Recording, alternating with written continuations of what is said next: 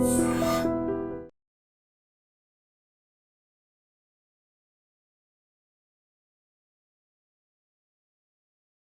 ఒకసారి మళ్ళీ వెనక్కి వెళ్దాం. ఈ ప్రాంతం హిడ్మాకి బాగా పట్టున్న ఏరియా. హిడ్మాతో మీరు ఎప్పుడైనా మాట్లాడారా? హిడ్మా చేసిన కార్యక్రమాలేంటి? హిడ్మా మన కటకం సుదర్శన్ సూప్ అంటారు ఆయన చేసిన ఎలాంటి కార్యక్రమాలు? హిడ్మాని అయితే నేను ఎప్పుడు మీట్ అవ్వలేదు, కానీ ఈ లాస్ట్ టైం మీట్ అవ్వాలని ట్రై చేశాను. నేను ఇంటర్వ్యూ కోసం కూడా ప్రయత్నం చేశాను. మనకు ఒక 15 days ఆగండి ఇంటర్వ్యూ అని కూడా మనకు సమాచారం వచ్చింది, కానీ ఈ లోపల ఆయన చనిపోవడం అయితే జరిగింది. ఒక విధంగా చెప్పుకోవాలంటే ఈ ప్రాంతాల్లోని చాలా వరకు హిడ్మా ఆదివాసీలకు మెయిల్ చేశాడని అయితే నేను స్థానికులు నాకు కొంతమంది చెప్పడం జరిగింది. అంటే ఈ ప్రాంతంలో ఉండేవాడు కాబట్టి ఇక్కడ ఉన్నటువంటి స్థానికులకు కూడా వాళ్ళకి ఏ సమస్య ఉన్నా కూడా హిడ్మా ముందుండేవాడు అనేది చెప్పుకొచ్చేవాళ్ళు. ఎక్కువగా కూడా హిడ్మా చుట్టూరు వాళ్ళ పిన్నులు బాబాయిలు మొత్తం వీళ్ళే ఉంటారు ఆయనకి రక్షణగా. హిడ్మా చెప్తే అది వేదం, అతను దేనికైనా మనకు హెల్ప్ చేస్తాడు అనేది కూడా ఒక ఉంది, పేరైతే ఉంది. ఆ ప్రాంతంలోనే చాలా ప్రాంతాల్లో అడగటం జరిగింది. ఇప్పుడు మన ఇక్కడ ఉన్న ప్రాంతం పక్కనే కటకం సుదర్శన్ సూపం అది ఆయన కట్టించాడు. ఇక్కడ కటకం సుదర్శన్ కరోనా టైంలో చనిపోవడమే జరిగింది. ఆ తర్వాత అతని గుర్తుగా అయితే మనం చూస్తున్నాం కదా, అదే స్తూపం అయితే ఆయన కట్టించడం జరిగింది. 2021 మార్చి 21 అనుకుంటా మేబీ ఆయన చనిపోతారు.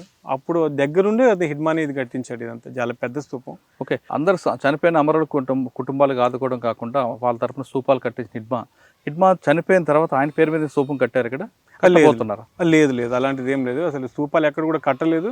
ఛత్తీస్గఢ్ ప్రభుత్వం కూడా ఎక్కడ కూడా అనుమతి ఇచ్చిన పరిస్థితి లేదు. కేంద్ర బలగాలు కూడా అసలు ఎక్కడెక్కడ స్తూపాలను కూడా ఉంచడం లేదు. టోటల్ ఆల్మోస్ట్ అన్నింటినీ కొలాప్స్ చేస్తారు. దండకారణ్యంలో మావోయిస్టు పార్టీ డెవలప్ అవ్వడానికి, అప్పర్ హ్యాండ్ అవ్వడానికి హిడ్మా కారణం అంటారు. పార్టీ తగ్గిపోవడానికి కూడా హిడ్మా కారణం అంటారు. వాస్తవం చెప్పుకోవాలంటే ఆపరేషన్ కగారు రావడానికి మెయిన్ కారణం హిడ్మానే నేను అనుకుంటాను. ఎందుకంటే నేను హిడ్మా మీద చాలా కథనాలు రాశాను. దాదాపుగా ఒక 20 నుంచి 30 కథనాలు రాసి ఉంటాను నేను ఆంధ్రజ్యోతిలోని.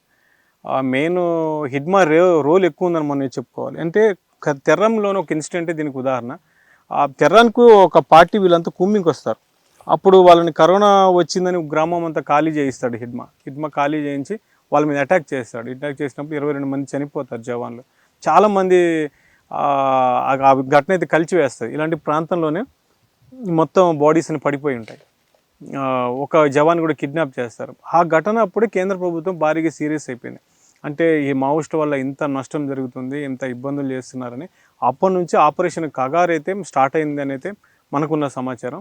ఆ మావోయిస్టు పార్టీ డెవలప్మెంట్ ఈ ప్రాంతంలోని పామిడి అడవులు కావచ్చు, ఈ అబుజ్మోడ్ కావచ్చు, ఈ ప్రాంతంలోని హిడ్మా దాన్ని ఎంత ముందుకు తీసుకెళ్లాడో, అతను మాట చెప్పి ఎంతమంది మావోయిస్టులు జాయిన్ అయ్యారు, ఎంత దాడులు చేశారు పోలీసుల మీద, ఇదంతా హిడ్మాతోనే కారణమైంది. అలాగే డౌన్ఫాల్ అవడానికి కారణం కూడా ఆ తెర్రం ఘటన అనేది మనమైతే పూర్తిగా చెప్పుకోవచ్చు.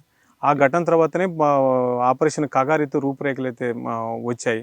ఈ డ్రోన్ వ్యవస్థ పెట్టుకోవడం, నిఘా వ్యవస్థను పెంచుకోవడం. దాదాపుగా 2021 అనుకుంటా ఇన్సిడెంట్ జరిగింది ఆ తెర్రం ఘటనలోని. ఆ ఘటన తర్వాత నుంచి అంతా ప్లాన్ చేసుకొని దాదాపు 2 years తర్వాత అయితే మీకు ఆపరేషన్ కగార్ అయితే స్టార్ట్ చేశారు. ఎవరి వల్ల రేజ్ అయిందో వాళ్ళ వల్లనే మావోయిస్ట్ పార్టీ డౌన్ అయింది. మొత్తం తీసుకుంటే ఆపరేషన్ కగార్ సక్సెస్ అయింది గవర్నమెంట్ చెప్తుంది. చాలామంది బయటకు వచ్చారు. సెంట్రల్ కమిటీ కానీ, స్టేట్ కమిటీ కానీ, డివిజన్ కమిటీ కానీ. ఇంకా ఉన్నారు ఇప్పుడు ఎవరైనా ఇక్కడ ఈ ప్రాంతంలోనైతే కొంతమంది అక్కడక్కడ ఉన్నారని అయితే చెప్తున్నారు. కానీ మెయిన్ లీడర్ అయితే లీడ్ చేసే నాయకులు అయితే ఎవరు లేరు. కాకపోతే ఇంకా సాయుధ పోరాటం నమ్ముకొని ఉన్నటువంటి కొంతమంది నాయకులు మాత్రం చిన్న చోటమోటా నాయకులు మాత్రం ఈ ప్రాంతంలో ఉన్నారని అయితే తెలుస్తుంది. మరి మ్యాక్సిమం ఒక 50 నుంచి 60 మంది ఉన్నారని అయితే ఇంటెలిజెన్స్ నుంచి కూడా అందుతున్న సమాచారం. మనం కూడా గ్రామాలకు వచ్చినప్పుడు ఎక్కడ కానీ మావోయిస్టుల సంబంధించినటువంటి కదలికలు మాత్రం ఎక్కడ మనకైతే కనిపించడం లేదు ప్రజెంట్. ఫైనల్గా చెప్పండి, మరి ఆపరేషన్ కగార్ తర్వాత ఈ పార్టీ దండకారణ్యంలో మావోయిజం అనేది వినిపించదా? ఇప్పుడున్న పరిస్థితుల్లోనే మావోయిజం అనేది వినిపించకపోవచ్చు. ఎందుకంటే క్యాంపులు ఉన్నంత వరకైనా, క్యాంపుల తర్వాత కూడా క్యాంపులు ఉన్న తర్వాత కూడా మావోయిస్ట్ పార్టీలోకి వచ్చే అవకాశాలు కూడా ఉండే అవకాశం ఉంటుంది. ఒకవేళ ఆ విధంగా మావోయిజం తిరగకుండా ఉండాలంటే ప్రభుత్వం ఏం చేయాలి? ఇంకా దీన్నే కంటిన్యూ చేసుకుంటూ పోవాలి. ఇప్పటికీ ఆపరేషన్ కగారు వల్ల ఈ క్యాంపులు పెట్టారు. 5 kilometers ఒక క్యాంప్ ఉంది. ఎక్కడ చీమ చిటుక్కుమన్నా కానీ పోలీసులకు ఇన్ఫర్మేషన్ వచ్చేస్తాను. ఇదే కంటిన్యూ చేసుకుంటూ పోతే ఆల్మోస్ట్ క్లోజ్ అవుతుంది. అలా కాకుండా ఇప్పుడు ఛత్తీస్గఢ్ గవర్నమెంట్ ఏం చెప్తుంది, ఇంకో 1 year వరకు బలగాలు ఉంచుతాం, ఆ తర్వాత వాళ్ళని తొలగిస్తామని చెప్తుంది. అలాంటి పరిస్థితులను వాళ్ళని తొలగిస్తే మళ్ళీ అక్కడక్కడ ఉండే ఆ భావజాలం ఉన్న వాళ్ళు మళ్ళీ మావోయిస్ట్ పార్టీకి ఆకర్షితులు చేసే అవకాశాలు అయితే ఉంటాయనేది నా అభిప్రాయంగా అయితే నేను చెప్పగలుగుతాను. పీపుల్స్ వార్ తర్వాత మావోయిస్ట్, ఈ 2 పార్టీలు పేర్లు మారినా ఆ ఇజం మొత్తం మారట్లేదు.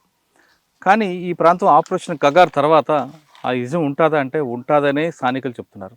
అదేవిధంగా మనీ కూడా అంటున్నాడు. ఇక్కడ నేను 2 రోజులు తిరుగుతున్నా, ఇక్కడ స్థానికుల్లో ఉన్న భావన మాత్రం చాలా స్పష్టంగా తెలుస్తుంది. పార్టీ ఉన్నప్పుడు ఒకలా ఉంది, పార్టీ లేనప్పుడు ఒకలా ఉంది.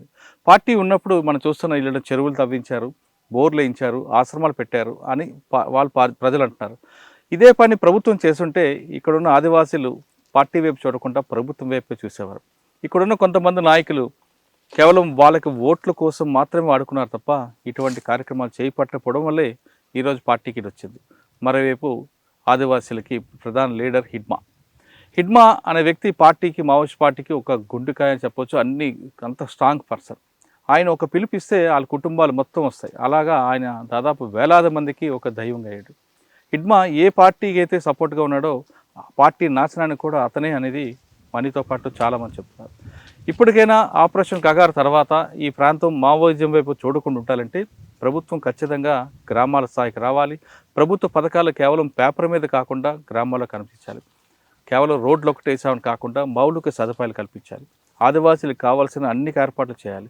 వాళ్ళకి కరెంట్ అంటే తెలీదు, రోడ్డు అంటే తెలీదు, బస్సు అంటే తెలీదు. వాళ్ళకి కనీసం ఏమైనా చిన్న జ్వరం వచ్చినా హాస్పిటల్కి వెళ్ళడానికి సదుపాయాలు లేవు. ఇవన్నీ కూడా అంటే ఉచిత విద్య, వైద్యం ఇవన్నీ కూడా కల్పిస్తే ఖచ్చితంగా ఇప్పుడు కాకపోయినా కొంతకాలం తర్వాతైనా ఇక్కడ యువత పార్టీ వైపు చూడకుండా ఉంటారు. అది కూడా అదే కావాల్సింది కూడా పార్టీ కాబట్టి పార్టీ ఏం ఆశించిందో అదే ప్రభుత్వం చేపడితే ఆదివాసులు ఖచ్చితంగా ప్రభుత్వాలకే సపోర్ట్ చేస్తారనేది చాలా తెలుస్తుంది. ఇక మావోయిస్ట్ పార్టీ గురించి తీసుకుంటే 31 తర్వాత కొంతమంది భావజాలంతో ఉన్నవారు, సాయుధ పోరాటాన్ని నమ్ముకున్న వాళ్ళు మరొకసారి బయటకు వద్దామని ఆలోచిస్తున్నట్లుగా అర్థమవుతుంది. అంటే 31 తర్వాత బలగాలు బయటకు వస్తాయి. బలగాలు వచ్చిన తర్వాత మరొకసారి మేము గ్రామాల్లోకి వస్తాం, మన ఆదివాసులకి దగ్గర తీసుకుంటామని భావిస్తున్న వాళ్ళందరూ కూడా అది పొరపాటుగానే భావించుకోవచ్చు. ఎందుకంటే ఛత్తీస్గఢ్ కానీ తెలంగాణ కానీ ప్రభుత్వాలు కేవలం 31 వరకు కాకుండా కనీసం దీన్ని మరో 2-3 సంవత్సరాలు కొనసాగించే అవకాశం కనిపిస్తుంది. కాబట్టి వాళ్ళ ఆశలు, వాళ్ళ ఆలోచనలు తప్పు అనే విషయం తెలుస్తుంది. ప్రభుత్వం ఏ విధంగా చెప్తుందో కాకుండా మీకు ఆదివాసులు ఏ విధంగా డెవలప్ చేస్తే బాగుంటుందన్న విషయాన్ని మీరు చర్చించి మీరు గుర్తించారు. కాబట్టి ఆ ఆలోచన విధానంగా మీరు ప్రభుత్వాలకు రండి, ప్రజల్లోకి రండి, ఖచ్చితంగా ప్రజలకి మీ ఆలోచన చెప్పండి. ప్రజలు మిమ్మల్ని ఆదరిస్తారన్నది బయట ఉన్న ప్రజల యొక్క వాదన. సాయుధ పోరాటం కాదు, బుల్లెట్ ద్వారా కాదు, బ్యాలెట్ ద్వారా కూడా మేము సాధిస్తామని మీరు నిరూపిస్తే ఎక్కడ ప్రజలు ఉన్నారో ఆ ప్రజలు పీడిత ప్రజలు మీరు అంటుంటారో ఆ పీడిత ప్రజల హక్కులు కానీ మీరు గుర్తు చేస్తే ఖచ్చితంగా ప్రజలందరూ మీ వైపు ఉంటారు. ప్రభుత్వాలు మీ నిర్ణయానికి తలదించుతా అనేది ఇక్కడ సంబంధిస్తుంది. ఇది 31 తర్వాత ఆపరేషన్ కగార్ ఉంటుందా లేదా, ఉంటే ఏమవుతుంది, లేకపోతే ఏమవుతుంది అనే విషయంపై ఐ డ్రీమ్ స్పెషల్ స్టోరీస్ మరో విషయంలో మళ్ళీ కలుద్దాం. అంతవరకు నమస్తే. Thank you very much. Thank you.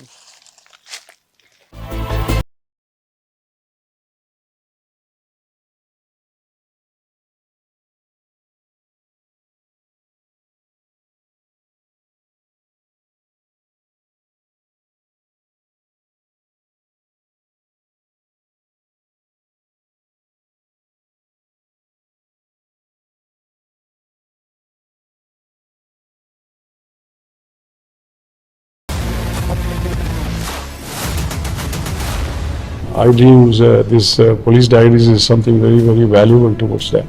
I must really appreciate Murali, your insights. iDreams founder and CEO Chinna Vasudev Reddy గారితోని